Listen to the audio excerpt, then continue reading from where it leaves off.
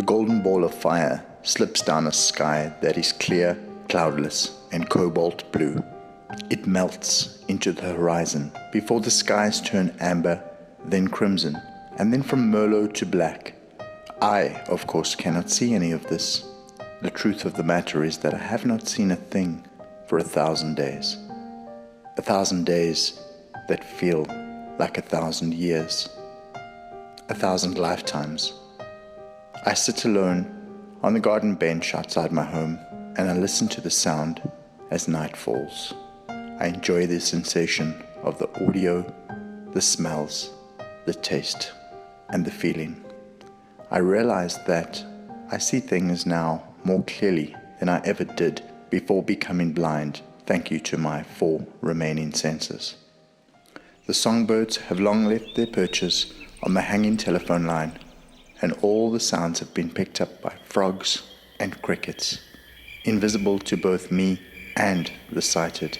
They seem to be fine-tuning their instruments, getting ready for an orchestral performance through the night. All I smell is the dew that has formed on the freshly cut grass. I taste salt in the air, and then I smell the sea. Its flavors are brought to me in wafts of mist that has slowly crept up the valleys, long left behind the rolling waves on the ocean, the ripples in the white sand, the rough, rugged rocks and rotting kelp on the seashore. They've come, and they've brought their flavors to me. They've delivered them right into my nostrils, right into my mouth. Far in the distance, down the road, I hear a dog bark, and then another, a bit closer this time, one more, and then again. I realize that it's a group of people walking down the road, my friendly neighbors perhaps making their way home, the canine echo warning them not to get any closer.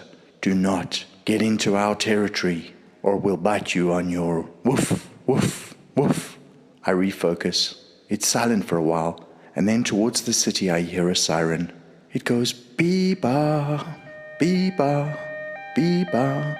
Then another one, far to the other side of the horizon. This one goes woo, woo, woo, woo. I wonder what these are. Ambulances, traffic officers, fire engines, perhaps police cars, maybe even burglar alarms. I don't know. I can't distinguish them. I just know that none of these sounds are good, and I'm quite relieved when they stop. I hear cars navigating their way down the main road. It's rush hour. Everyone's trying to get home as quick as possible. Sometimes the brake pads bite lightly on the discs, and sometimes a little more aggressively, causing screeches. Road rage.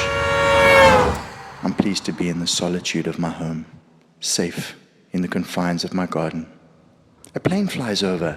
I imagine it bringing weary, tired travelers home. I think about their loved ones huddled in the arrival terminal of the nearby airport. Starting to get cold. The wind whistles through the leaves of the hanging mulberry tree under which I am sitting. I grab the blanket and pull it around my shoulders. It's scratchy on my neck. I'm not ready to go inside yet. I'm enjoying this show too much. I form the blanket into a hoodie around my head and I sit. 5 more minutes, that's all I need. 5 more minutes. I reach onto the table beside me and grab for my half-finished mug of hot chocolate. As I raise it, the air is filled with the scent of rich, aromatic cocoa. And then warm chocolate fills my mouth, sweet and delicious. I feel the warm liquid run down my throat and fill my insides. The next thing I hear is a swarm of buzzing little bloodthirsty mosquitoes buzzing around me like vultures, hungry for their evening feast. Bzzz. It's time for me to go inside. I stand up and unfold my white mobility stick. Then very carefully, I reach out with my bare feet and step onto the wooden deck. Scraping my cane, I navigate cautiously onto the concrete paving stones.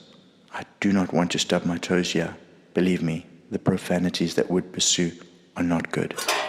I step through the security gate and hear the metal bars rattle as I shut the gate and turn the key. And then I step my bare feet onto the warm, inside Oregon pine floors and click the front door shut.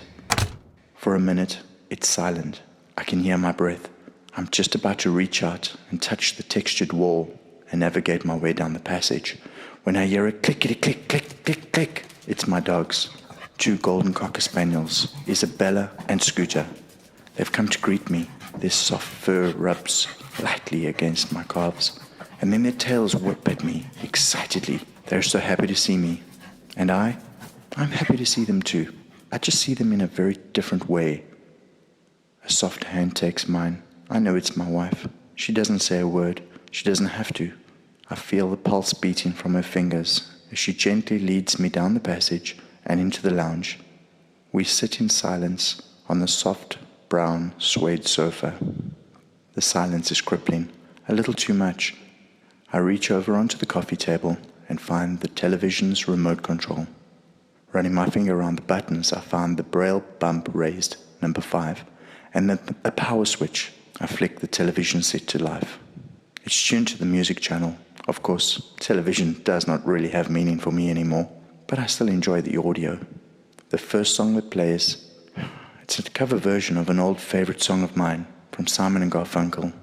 The lyrics are prolific and they touch a nerve. Hello, darkness, my old friend.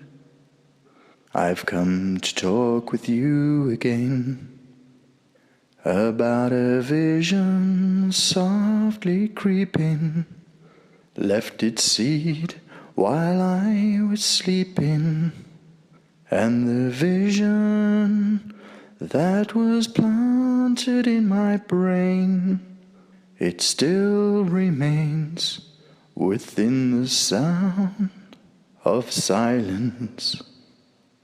Tonight, go and stand outside your home. Close your eyes tightly. Listen, smell, taste, and feel. And perhaps then you'll see the world the way that I do.